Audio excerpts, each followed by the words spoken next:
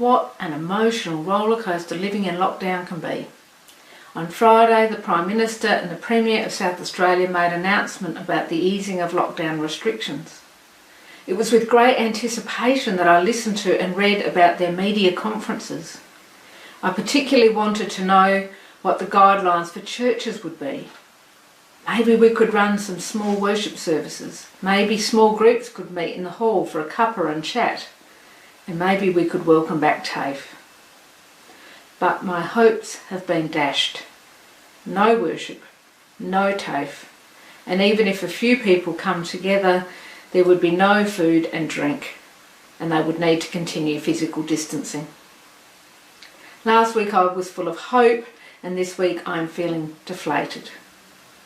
It is certainly an emotional rollercoaster living through this pandemic.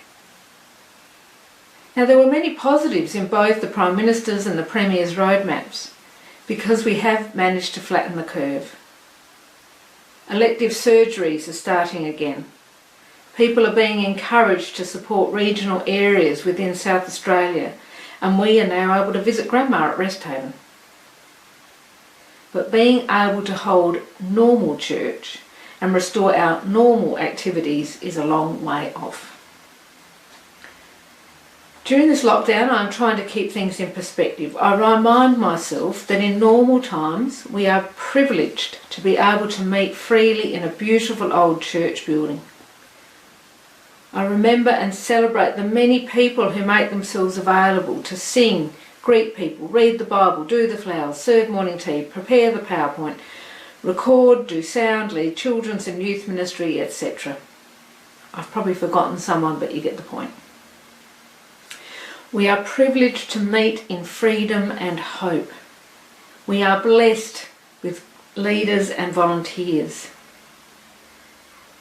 Many Christians across the world do not enjoy such freedoms. They meet behind closed doors, living in fear of neighbours or vigilantes or government policies. There are church communities that meet in homes, schools or halls. And many congregations in Australia are small and struggling to keep the doors open. Throughout history, the church has often struggled. It has often been small and has lacked resources and had much to fear. From its very beginnings, the church has faced challenges. The early church was small and struggling. Followers of Jesus were finding their way slowly. They met behind closed and sometimes locked doors through fear and uncertainty. When the Johannine community wrote down the story of Jesus, his life and ministry, his death and resurrection, they remembered and recorded stories that would help the members of the early church and future generations know that Jesus was the Son of God, that his kingdom was breaking into the world, and that even in their most anxious and fearful moments, God was with them. The Johannine community emphasised Jesus' farewell to his disciples. They included in the fourth Gospel account large discourses from Jesus as he prepared his disciples for his impending departure. During his 3 years of ministry, Jesus warned his close followers that one day he would be leaving them, that he would be taken from them in a violent, humiliating way. This message made the disciples uncomfortable.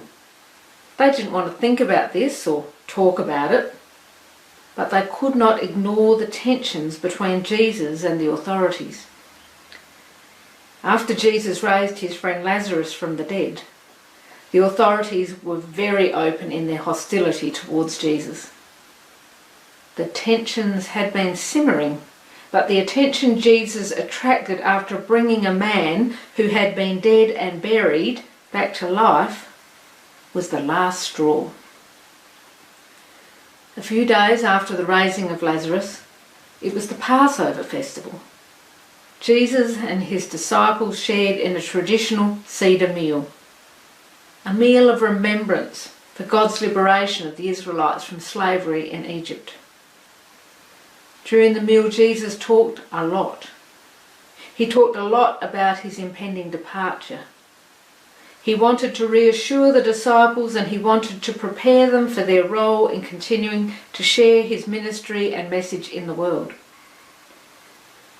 The reassurance Jesus offered had a dual purpose. The disciples are being told in no uncertain terms that their teacher is about to leave them, that he is about to die. This confronting news makes the disciples deeply sad. The disciples also feel deep sadness and grief about the radical changes to the life they have chosen, the life they are living. When Jesus dies, their lives will be very different. Their future will be far from clear and straightforward. At the dinner, Jesus acknowledged the feelings of the disciples, their fear and anxiety, and he reassured them that they would not be left bereft, that they would not be left alone as they worked through their sadness and grief, as they went through the roller coaster of feelings and emotions. The disciples would be gifted the Advocate, the Spirit, sent from the Father to be with Jesus' followers after he had gone. Jesus' reassurances and the promises of the gift of the Advocate were also about the disciples continuing to share Jesus' ministry and message of hope, mercy and love throughout the world. If the disciples became paralysed by their fear, if they remained behind closed and locked doors, no one would ever hear and come to believe in the life-giving message of Jesus. No one would look for signs of the kingdom of God breaking into the world. Jesus, at his Last Supper with his closest friends and followers, declared that his hour had nearly come. He acknowledged their grief and uncertainty, and he reassured them that they would receive the gift of the Advocate who would be with them forever. And Jesus gave them guidelines about how to live as disciples. He emphasised the link between love and obedience. If you love me, you will keep my commandments. Jesus did not want his disciples slipping into sentimentality or wistful nostalgia once he was gone. He didn't want his friends sitting around chatting about the good times, the scary and fun times, their favourite meals and the interesting people they met along the way. On the eve of his departure, Jesus wanted his followers to remember his teaching and commandments and to continue living in his ways. Jesus said to his disciples, "I give you a new commandment, that you love one another. Just as I have loved you, you should love one another. By this everyone will know that you are my disciples, if you have love for one another." Jesus made it clear that following him was about love and obedience.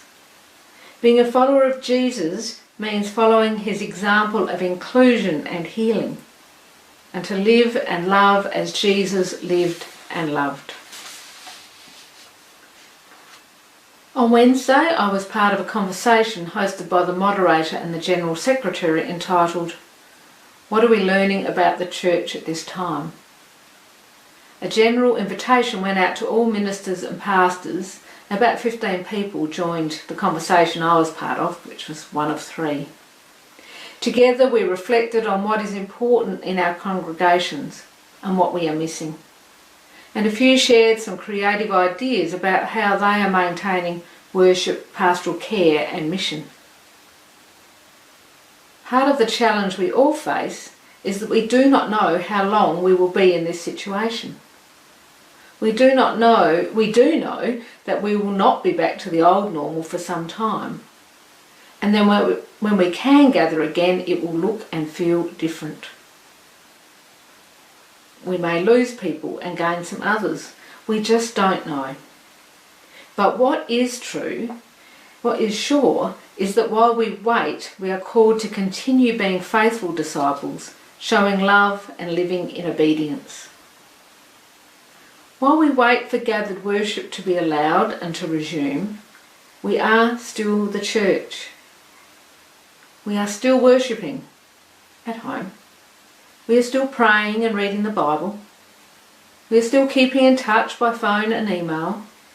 We are still showing love and living in obedience to Christ.